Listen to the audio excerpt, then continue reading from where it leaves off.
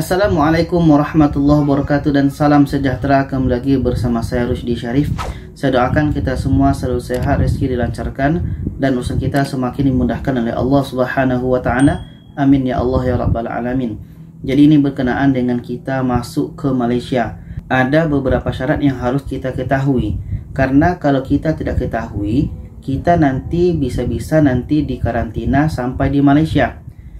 Seperti mana yang kita tahu bahwa mulai 1 Mei kemarin itu, bagi yang telah lengkap vaksinnya atau booster, tidak perlu lagi tes PCR sebelum keberangkatan dan ketika tes ketibaan di Malaysia. Itu tidak perlu lagi dan tidak akan dikarantina. Sedangkan bagi yang belum lengkap vaksinnya atau yang belum divaksin, maka sebelum berangkat itu perlu tes PCR dan nanti juga akan dikarantina 5 hari. Yang jadi permasalahan adalah ramai di antara kita yang tidak paham tentang vaksin yang lengkap ini. Sangat ramai yang bertanya. Jadi di sini saya sebutkan, kita lihat di sini. Di sini disebutkan status vaksinasi 18 tahun ke atas. Jadi bagi kita yang mendapatkan jenis vaksin Sinovac atau Sinopharm yang masih 2 dos, itu belum dikatakan lengkap. Kalau sudah 3 dos Sinovac atau Sinopharm, itu sudah dikatakan lengkap. Maka bagi kita yang mendapatkan Sinovac 2 dos atau Sinopharm 2 dos itu dikatakan tidak lengkap, maka sebelum keberangkatan kita perlu tes PCR dan juga akan menjalani karantina 5 hari. Oke. Setelah itu kita lihat di bawahnya ada yang Pfizer, Moderna, AstraZeneca, Covaxin, Covishield, Novavax, Sputnik V.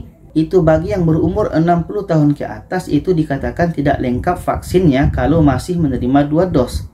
Sama juga yang di bawah ini CanSino, Janssen atau Sputnik Light yang masih menerima 1 dos bagi yang berumur 60 tahun ke atas itu juga dikatakan tidak lengkap vaksinnya.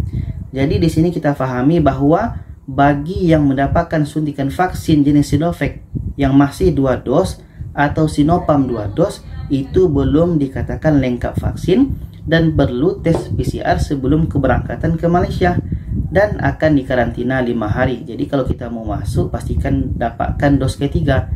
Kalau tidak nanti ya karantina ada 5 hari, berapa nanti kena kan?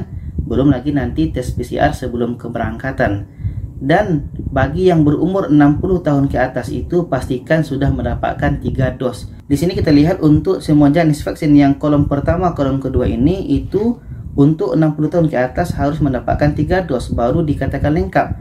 Sedangkan untuk yang kolom ketiga ini Johnson & Johnson, CanSino, Sputnik Light itu kalau 2 dos baru dikatakan lengkap vaksinnya. Jadi ini mesti kita pahami ya, ramai yang bertanya tentang Sinovac ini. Sinovac ini bukannya kita tidak bisa masuk ke Malaysia, bisa. Tapi nanti sebelum masuk kita perlu tes PCR dan perlu karantina 5 hari di Malaysia. Jadi itu saja, semoga kita bisa pahami. Silakan share kepada lainnya. Terima kasih. Wassalamualaikum warahmatullahi wabarakatuh.